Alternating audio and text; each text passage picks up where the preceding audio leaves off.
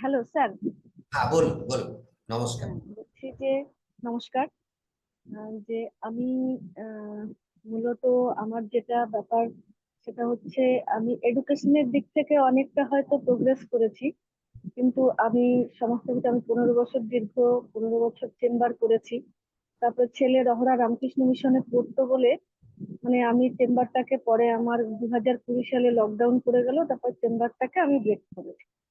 কিন্তু তারপরে যেহেতু আমি প্রথমে হিস্ট্রি অনার্স নিয়েছিলাম, ডাক্তারি করার পরে আমার মাস্টার ডিগ্রি করেছি, পরে আবার সাইকোলজি নিয়েও মাস্টার ডিগ্রি করেছি, কেরিয়ার কাউন্সিলিং করেছি এনএসডিসি থেকে, আর চাইল্ড কাউন্সিলিং তো করেছি এনএসডিসি করে। আমি চেম্বার করছি, কিন্তু ব্যাপার হচ্ছে যে আমি সেই সঙ্গে আমার একটা অর্গানাইজেশন রয়েছে, অল ইন্ডিয়া হিউম্যান রাইটস একটা অর্গানাইজেশন রয়েছে, যেটা অল ইন্ডিয়াতে 5টা স্টেটে চলে। কিন্তু আমার এখন এই মুহূর্তে আমি মনে হচ্ছে যে আমি একজন লাইফ কোচ হতে চাই, বা আমার সাইকোলজিক্যাল ব্যাপারটা নিয়ে আমার ডাক্তারি পেশাটা ছেড়ে ওটার প্রতি আমার যেন এখন আর ভালো লাগছে না।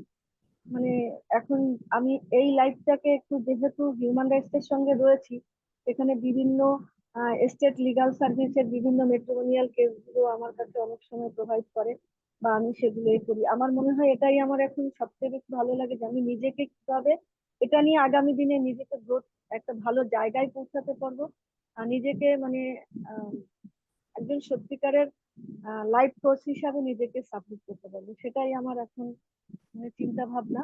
আর আমি আপনাকে আমার সম্পর্কে বলি, আমি 100% পজিটিভ, মানে পজিটিভ। এবং আমি 3টে পি কে গুরুত্ব দিই, সেটা হচ্ছে পার্সোনালিটি, পজিটিভ, পাঞ্চুয়ালিটি এবং প্রিন্সিপাল। এই 4টে পি কে আমি সবসময় নিয়ে চলি, এবং সেটা চলি বলেই হয়তো একটা হিউম্যান রাইটস এর মতো একটা অর্গানাইজেশন আজকে 500 মেম্বার নিয়ে আমি চলছি। তা সেটা ভালো লাগা, কিন্তু আমি চাইছি আমার ব্যক্তিগত জীবনে বেশ কিছু আর্নিং, যেহেতু আমি হিউম্যান রাইটস করি সেই সংগঠন পারপাস, বা আমার ফ্যামিলিতে হয়তো কিছু মানে আর্থিক প্রবলেম হয়তো নেই, কিন্তু আমার নিজের মেন্টালি আমার কিছু প্রবলেম আছে, যে আমার কিছু আর্নিং দরকার, অনেকটা আর্নিং দরকার। এবং আমি নিজেকে মোটিভেশন করে নিজেকে একটা ভালো জায়গায় পৌঁছাতে পারি, কিভাবে সেটা যদি আমাকে একটু বলেন। আর আজকে কেমন লাগলো বলুন, এখান থেকে কি মনে স্যার, হচ্ছে যা? ভীষণ ভীষণ ভালো লেগেছে, কারণ আমি যখন মানে ধরুন মাস্টার ডিগ্রি যখন করেছি সেটা তো পুঁথিগত বিদ্যা, তারপরে যখন আমি কেরিয়ার কাউন্সিলিং করেছি গুরুকুল থেকে, তারপরে এনএসডিসির ওখান থেকে, আমার ভীষণ টোটালি ইংলিশে হতো ক্লাসটা, ওখানেও ভীষণ ভালো মানে বোঝাতেন স্যার, ভীষণ ভালো লেগেছে।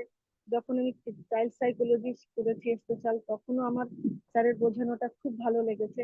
কিন্তু শেষে আমি ওই একটা মানে উম, অন্য একটা ইসের জন্য ওখানে একটা কোর্স করতে গিয়ে ওখানে আমার ঠিক ভালো লাগেনি। আর আজকে আপনাকে আমি পেলাম, একজন প্রপার মানে আমি নিজের নিজের যেহেতু কনফিডেন্সটা হাই, আমি মানুষকে কনভিন্স করতে পারি, লোকে বলে আর কি। তা সেই জায়গায় আমার মনে হয়েছে যে স্যার আমার আপনার সঙ্গে আমার আপনার বোঝানোটা অনেকটা স্ট্রং, আমি ভীষণ ভালো লেগেছে আমার কাছে। Thank you so much. এবং আমি আজকে সমৃদ্ধ হয়েছি, এবং আগামী দিনে আপনার সান্নিধ্যে থাকলে আমি আশা করি আমার আমার যে ইচ্ছেটা মানে আমার ছোট থেকে যে ইচ্ছেটা, সেটা বোধহয় আমি ঠিক জায়গায় পৌঁছে দিতে পারবো।